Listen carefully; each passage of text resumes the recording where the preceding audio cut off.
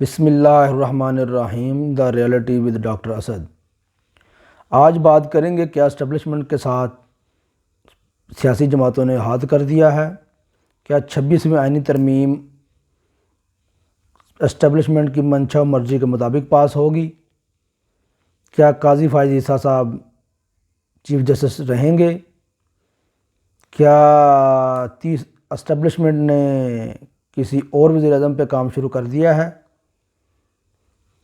محسن نقوی کا کیا جو تجربہ کیا تھا وہ کیا کارآمد ثابت ہوا؟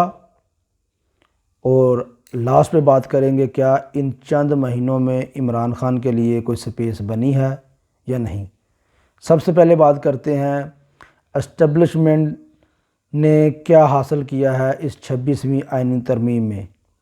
جواب ہے اسٹیبلشمنٹ نے کچھ بھی حاصل نہیں کیا سوائے انسلٹ کے۔ اسٹیبلشمنٹ نے کچھ حاصل نہیں کیا۔ اسٹیبلشمنٹ کے ساتھ ان تمام پولیٹیکل پارٹیز نے ہاتھ کیا ہے، بالخصوص پی ایم ایل این اور پیپلز پارٹی نے۔ اسٹیبلشمنٹ نے جو آئینی مسودہ ان کو دیا تھا اس پر ایک پر بھی ان کی اگریمنٹ انہوں نے نہیں کی، جان بوجھ کر اجلاس پہ اجلاس، کمیٹی پہ کمیٹی کھیلتے رہے، اور اس بات کو ان کو یہ باور کرایا انہوں نے کہ پاکستان کے پارلیمنٹیرین آپ کی بات کو ماننے کے لیے تیار نہیں، اور تمام پولیٹیکل پارٹیز نے وہ مسودہ تیار کیا ہے جو پارلیمنٹ اور پولیٹیکل پارٹیز کو مضبوط کرتا ہے۔ اسٹیبلشمنٹ کو 26ویں آئینی ترمیم میں تقریباً کھیل سے باہر کرنے کی کوشش کی جا رہی ہے۔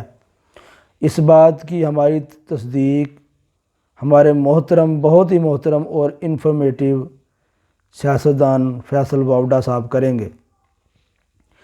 اور کیا پولیٹیکل پارٹیز نے 50 سالہ اسٹیبلشمنٹ سے اپنا بدلہ لے لیا ہے؟ جواب ہے جی بالکل۔ آئینی عدالت کا قیام تھا اسٹیبلشمنٹ کا مقصد اور پی ایم ایل این کا، لیکن جو میثاق جمہوریت ہے اس میں آئینی عدالت کا بھی ذکر ہے۔ وہ اپنے ہی کیے ہوئے وعدوں سے مکر گئے بوجہ مولانا فضل الرحمان اور پاکستان تحریک انصاف کی ریزسٹنس۔ اب ہم نے جو خبر دی تھی کہ آئینی عدالت نہیں بن رہی، آئینی بینچ کی طرف معاملہ جا رہا ہے، اب جو آج ابھی فائنل مسودہ جاری کیا ہے پی ایم ایل این اور پیپلز پارٹی اور ایم کیو ایم نے، اس میں آئینی بینچ کی منظوری دے دی گئی ہے۔ آئینی بینچ کا مقصد یہی ہے کہ آئین میں جتنی بھی کوئی ترامیم ہوں گی یا آئینی جتنے بھی مسئلے ہوں گے وہ آئینی بینچ سنے گا۔ وہ تقریباً آلموسٹ انڈر کرنٹ جو چیف جسٹس ہوگا اسی کے انڈر ہوگا، یعنی کہ تمام تر کھیل کی بساط الٹ گئی ہے، اس میں کچھ حاصل وصول نہیں ہوا۔ پھر سپریم کورٹ ہی سپریم کورٹ رہے گی، اس کے پیرالل یا اس کے برابر میں کوئی نئی عدالت قائم نہیں کی جا رہی، کیونکہ اس میں جس فارم 45 اور 47 کے لیے تگ و دو اسٹیبلشمنٹ نے کی تھی وہی M N A M P A اپنا مستقبل دیکھ کر ووٹ دینے سے انکاری ہیں۔ میں آپ کو یہ بتا دوں 8 سے 9 ایم این اے اور سینیٹر ڈال کر اس آئینی ترمیم کے حق میں نہیں ہیں، وہ پی ایم ایل این اور پیپلز پارٹی کے ہیں۔ یہ اسٹیبلشمنٹ کے لیے بہت بڑا دھچکا ہے۔ اسٹیبلشمنٹ کوشش کر رہی تھی کہ پی ٹی آئی کے لوگوں کو توڑ مروڑ کر آئینی ترمیم کروا لی جائے۔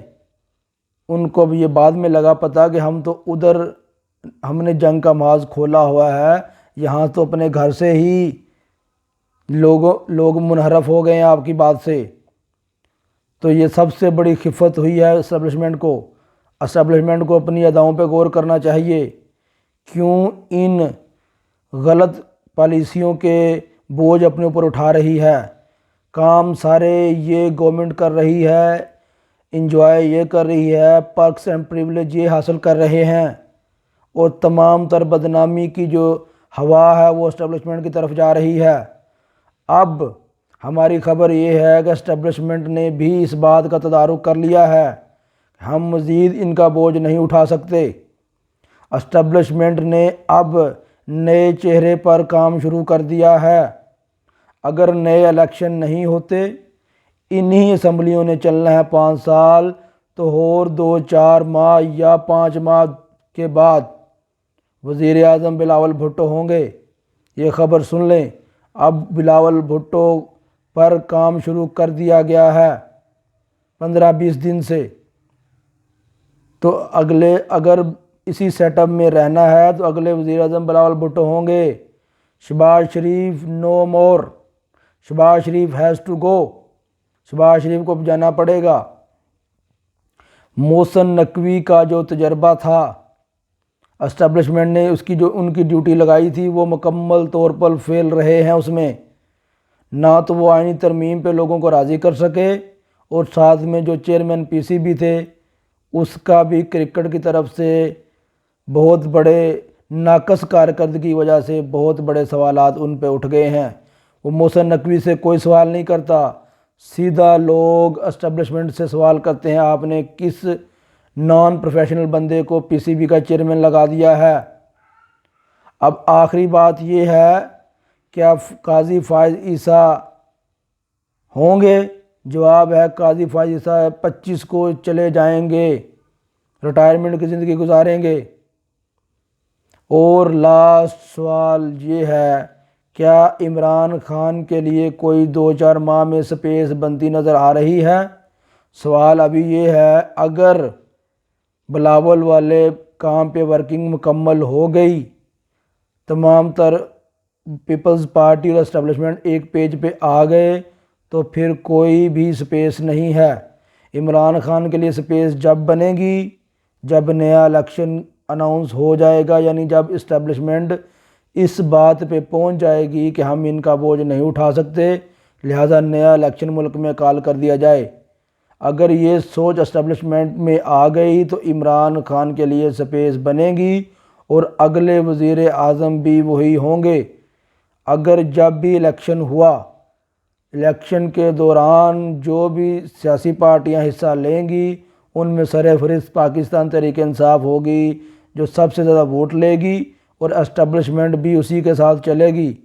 اسٹیبلشمنٹ نے اب یہ فیصلہ کر لیا ہے کہ الیکشن میں کسی قسم کی کوئی مداخلت نہیں کرنی، پہلے جو کی ہے اس کی وہ معذرت کریں، اور آگے سے غیر سیاسی اپنے آپ کو رکھیں گے۔ انہوں نے یہ فیصلہ کر لیا ہے، وہ مزید بدنامی کا بوجھ ان سیاسی پارٹیوں کا نہیں اٹھا سکتے۔ یہ تھی وہ خبریں جو ہم نے جن سے آپ کو آگاہ کرنا تھا۔ انشاءاللہ ان قریب یہ ہماری خبریں آپ کو سچی ثابت ہوتی ہوئی نظر آئیں گی۔ بہت شکریہ۔ ہمارا چینل ہے ٹک ٹاک پہ ڈاکٹر اسد رانا، اس کو فالو کریں، اور یوٹیوب پہ the reality with doctor Asad کے ساتھ اس کو سبسکرائب کریں۔ فیس بک پہ رانا اسد الرحمن کے نام سے میرا یہ پیج ہے، اس کو آپ شیئر کریں، اس پہ لائک کریں۔ تو بہت شکریہ، جزاک اللہ۔